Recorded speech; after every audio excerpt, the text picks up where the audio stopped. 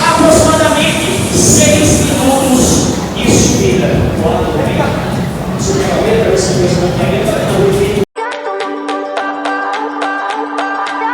I remember when we were staring a photo. Don't forget the way you look me in the eyes.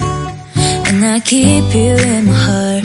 In my heart is where you are. I still think of you. I want you coming back. I remember when we were staring a photo.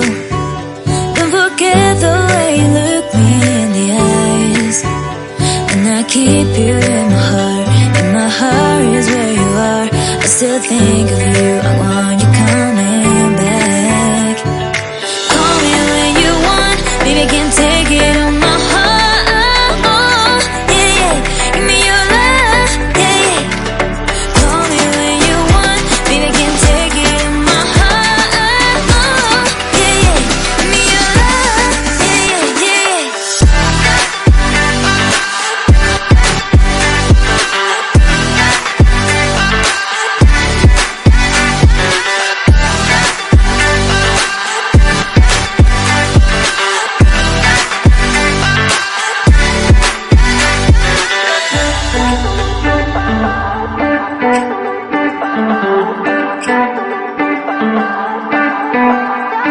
I remember when we were staring a photo. Don't forget the way you look me in the eyes. And I keep you in my heart. In my heart is where you are. I still think of you. I want you coming back. I remember when we were staring a photo. Don't forget the way you look me in the eyes. And I keep you in my heart. In my heart is where you are. I still think of you. I want you coming back. Call me when you want. Baby, I can take it on my heart. Yeah, yeah. Give me your love. Yeah, yeah. Call me when you want. Baby, I can take it on my heart. Yeah, yeah. Give me your love. Yeah, yeah, yeah.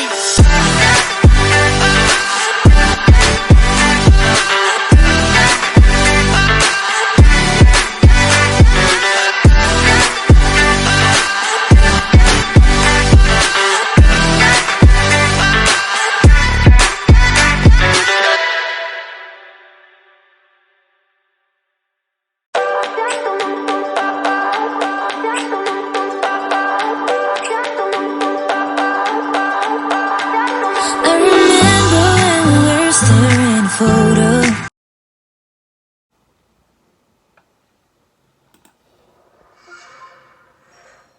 Irashaimase, chefinhas e chefinhos, mais uma aula de ginecologia comigo, o professor Maurício Kitamura. Nessa aula eu vou falar sobre 2 temas. Ah, mas professor, 2 temas, é muito confuso, mas calma. São 2 temas que têm uma relação comum, o ponto central, que é a menstruação. A primeira parte eu vou falar sobre TPM, né, a síndrome pré-menstrual. E a segunda parte eu vou falar sobre dismenorreia, a famosa cólica menstrual.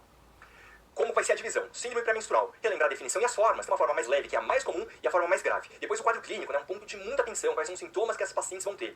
O que a gente faz para investigar e as formas de tratamento, né? Tratamento clínico, principalmente. Sobre a dismenorreia, sobre a cólica menstrual. Relembrar a definição e os tipos, né? Eu vou falar até que tem um tipo que é primária e a secundária, que é muito comum, principalmente quando a gente pensa em endometriose, que eu até vou relembrar aqui para vocês. Depois eu vou falar sobre o quadro clínico, quais são os exames obrigatórios na investigação e as formas de tratamento.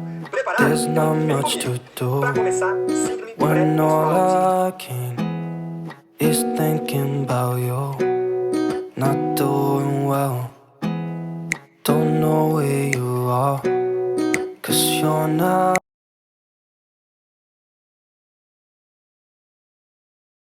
Oi, gente. Vou aproveitar que eu imprimi o cronograma do mês de abril, né? Para mostrar a vocês como eu estou organizando mais ou menos o controle dos meus estudos para residência. Aqui, o Sanar Residência Médica, eles disponibilizam, né, um cronograma que você consegue imprimir por mês. E aí você consegue visualizar quantas aulas tem em cada dia do mês, né? Você consegue também remanejar uma aula. Por exemplo, dia 6, na segunda-feira, 6 de março, tem 2 aulas.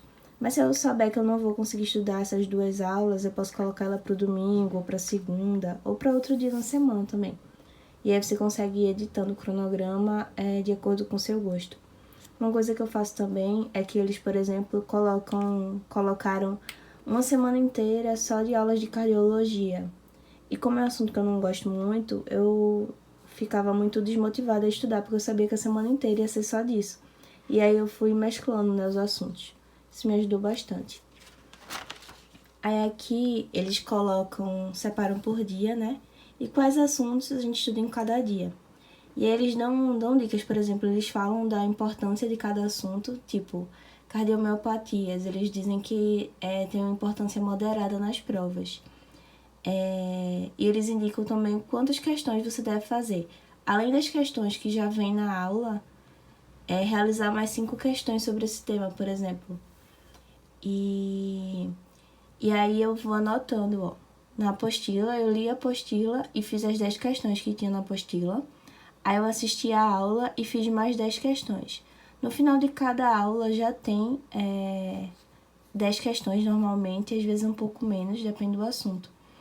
E também eu anoto quantas questões eu fiz do Estratégia Med. Como eu já falei pra vocês, né, eu contratei também o pacote de questões do Estratégia Med. Mas não são todos os assuntos que eu consigo encontrar questões lá, porque eu já boto um filtro específico só para as provas de Pernambuco. E aí, às vezes, tem questão do assunto, mas não é de Pernambuco, e aí eu nem faço, porque eu não vou prestar prova para outros lugares. Então, eu só tô fazendo bem específico mesmo para as provas que eu vou fazer, né? E assim por diante, eu fiz isso em todos os assuntos, eu vou anotando para no final eu ter uma noção, né, do quanto eu estudei cada assunto. E não aqui, mas eu coloco na apostila mesmo marcado o assunto que eu acertei menos de 60% das questões. 70% ou 70%, dependendo. Normalmente eu boto menor que 70%, mas se eu vi que foram questões que eu sabia fazer, mas eu errei porque estava cansado, não prestei atenção, aí eu não marco não, sabe? Depende muito. Enfim, só mostrando pra vocês que eu fiz isso em todas as semanas, né, desse mês de março. E aqui eu imprimi já o calendário novo do mês de abril. E aí ele segue o mesmo esquema. O Sanar, ele faz assim.